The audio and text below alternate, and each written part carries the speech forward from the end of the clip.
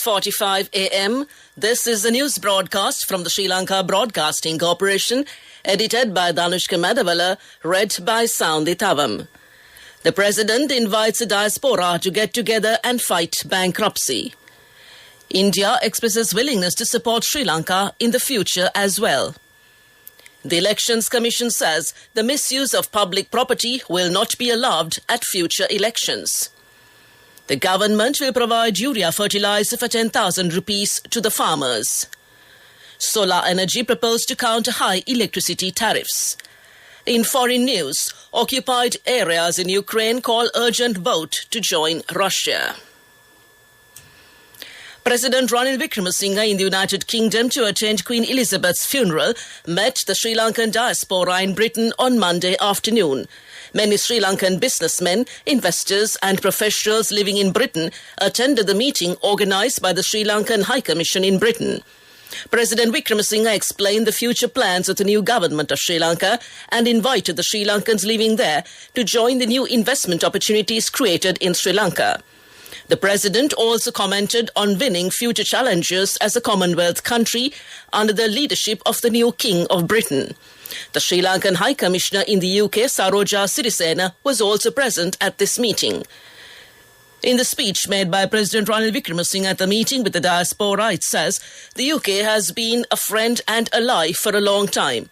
We have been under the rule of UK and we have been an independent country having relations with the UK. It goes back a long time. There are times we have agreed with the UK and there are times we have disagreed with the UK. So those are bonds that we have, whether it be Labour or Conservative or coalition, and we want to maintain those relations. He added that it's not a secret that as a country we are broke. We have to pull ourselves up by our bootstraps. We have already started discussions with the IMF and staff level agreement is there, he said. India says it will continue to be supportive of Sri Lanka in all possible ways. The High Commissioner of India in Colombo said that India will promote long-term investments in key economic sectors in Sri Lanka for its early economic recovery and growth. A spokesperson issued the statement in response to media queries regarding reports that there will be no further financial support from India to Sri Lanka. The chairman of the Elections Commission, Nimal Punchiheva, says the misuse of public property will not be allowed at future elections. He said the relevant proposals have been submitted to the Select Committee. During a workshop in Matara yesterday, he said the Commission hopes to hold the local government elections before the 20th of March. You are listening to the news broadcast from the Sri Lanka Broadcasting Corporation. Fertilizer importers have decided to reduce the price of urea and tea fertilizer with immediate effect. Accordingly, the price of a 50 kilogram sack of urea will be reduced by 10,000 rupees, while the 50 kilogram sack of tea fertilizer will be reduced by 1,000 rupees from this week. It was reported that the fertilizer importers have decided to reduce the price of fertilizer in line with the drop of the fertilizer prices in the world market. A 50-kilo sack of urea fertilizer was earlier being sold by the private sector at prices above 38,000 rupees. Meanwhile, the Agriculture Ministry will continue to provide a 50-kilogram sack of urea fertilizer at a subsidized price of 10,000 rupees for the paddy farmers in the upcoming Maha season as well. A request made in this regard by the Agriculture Minister Mahinda Amaravira has been accepted by President Ranil Wickremesinghe, the ministry said. The proposal on establishing the National Council was passed by the House without a vote yesterday. The proposal was presented to the House by Prime Minister Dinesh Gunawardena. The chairman of the National Council will be held by the Speaker, and the rest of the members include the Prime Minister, Leader of the House, Opposition Leader, Chief Organiser of the Government, and 35 MPs from political parties that represent the 9th Parliament, as decided by the party leaders. With that, we conclude local news. The main news story is brought to you by Siddhalepa Vedamahatmya. Switching to solar energy has been proposed to address the issue on the current high electricity tariffs. The Power and Energy Minister Kanchana Wijesekara told Parliament that Sri Lanka needs to look at solar energy as an option. He made the proposal when concerns were raised in Parliament yesterday over the high electricity tariffs. The opposition particularly raised concerns over the impact of high electricity tariffs were having on religious places of worship and came to you in the main news story. The main news story was brought to you by Siddhalepa Vedamahatmya.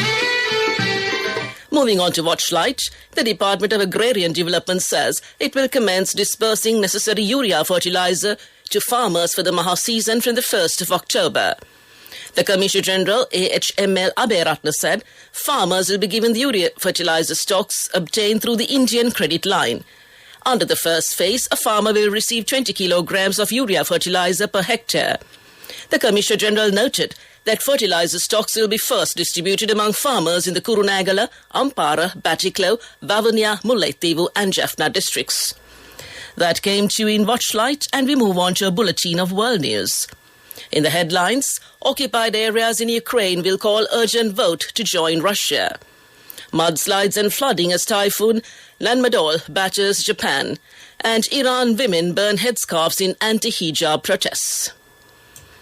4 areas of Ukraine under Moscow's control have announced plans for urgent so-called referendums on joining Russia, which should pave the way for Russian annexation. Russia's invasion has stalled in recent months, and Ukraine has recaptured swaths of territory in the northeast. Now, Russian-backed officials in the east and the south say they want votes on joining Russia starting this week. Russia annexed Crimea in 2014 after a vote drew international condemnation. Russian President Vladimir Putin has been expected to give an address to the nation this evening, but sources close to the Kremlin indicated later that it had been postponed with no reasons given. Female protesters have been at the forefront of escalating protests in Iran and have been burning headscarves after the death in custody of a woman detained for breaking hijab laws.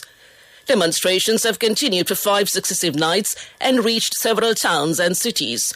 Mahsa Amini died in hospital on Friday after spending 3 days in a coma. In Sare, north of Tehran, large crowds cheered as women set their hijabs alight in defiant acts of protest. Mrs. Amini was arrested in the capital last week by Iran's morality police, accused of breaking the law requiring women to cover their hair with a hijab or headscarf and their arms and legs with loose clothing. She fell into a coma shortly after collapsing at a detention center. Rescue workers in Japan have warned of mudslides and flooding after one of the biggest storms in recent decades battered the country. Typhoon Nanmadol killed at least 4 people and injured more than 100 others after making landfall on the southern island of Kyushu on Sunday morning. By Tuesday, 140,000 homes were still without electricity. The storm has now been downgraded to a cyclone after moving across much of the country and heading out to sea. State broadcaster NHK said 1 man was killed when his car was submerged in flooding and another died after being buried in a landslide. 2 more people were found without vital signs, a term often used to refer to a death before it is certified by a coroner. At least 114 people have been injured, 14 of them seriously. Back to the headlines of the world news. Occupied areas in Ukraine call urgent vote to join Russia. Mudslides and flooding as Typhoon Nanmadol batters Japan. And Iran women burn headscarves in anti-hijab protests. That concludes this bulletin of world news, and on to development news. The CEO of the Colombo Lotus Star Private Company, retired Major General Prasad Samarasinghe, says, since its opening to the public last week, the Lotus Star, the tallest star in South Asia, has managed to earn more than 7 million rupees in the first 3 days. Mr. Samarasinghe said from its opening for the public on the 15th, until Saturday, more than 7 million rupees have been earned from visitors to the tower. On Saturday alone, more than 3 million rupees had been received and more than 7,200 people had come to see the attraction. And with that, we conclude development news. Sports News is brought to you by... With many values that bind us beyond the transaction, we are Sampath Bank. We present your future. A record 24-race calendar has been confirmed by Formula One's governing body for the 2023 season. The new race in Las Vegas and the return of Qatar and China makes next year the longest ever season, despite the loss of the French Grand Prix. The The season begins in Bahrain on March 5th and ends in Abu Dhabi on the 26th. Las Vegas will be the penultimate event on the 18th of November, while China has been given a 16th April date after a 3-year absence due to the COVID pandemic. And the returning Alex Hales hit 53 and debutant Lake Wood took 3 for 24 as England claimed a 6-wicket 2020 win over Pakistan in their first game in the country for 17 years. Chasing 159 to win, Hales hit 7 fours in a controlled and mature knock in his first England appearance since 2019 when he was dropped from the World Cup squad for off-field issues. His 50 gave England a platform for victory, with Harry Brook making 42 not out of 25 balls in just his 5th T20 to guide the tourists home with 4 balls to spare in Karachi. Earlier, Pakistan made 158 for 7, with Mohammad Rizwan striking 68 from 46 balls, while opening partner and captain Babar Azam added 31 off 24. Wood was supported by Adil Rashid, who took 2 for 27, including the key wicket of Babar, with a brilliant googly to end an 85-run opening stand. All that came to you in sports news, business news to follow. The fastest way to earn the highest interest from NSB, now extended till the 30th of September just for you. Your short-term deposits receive an attractive interest rate of 20% in 3 months and 22% in 7 months. Visit a bank branch or a main postal office today. NSB, the only bank with a 100% government guarantee. Business News, sponsored by National Savings Bank, the safest place for your money. A man from the southern Indian state of Kerala travelled thousands of miles to Dubai to buy the latest iPhone hours before it went on sale in India. Dheeraj Palil flew abroad to buy the iPhone 14 Pro last week in a bid to become one of the first few in the world to own the new phone. He spent 40,000 rupees on his tickets and another 129,000 rupees to buy the new model. The iPhone is arguably one of the most coveted smartphones in the world. First launched by Apple in 2007, the phone has revolutionized mobile technology and is one of the major reasons behind the company's gigantic success. That's business news, economic news up next.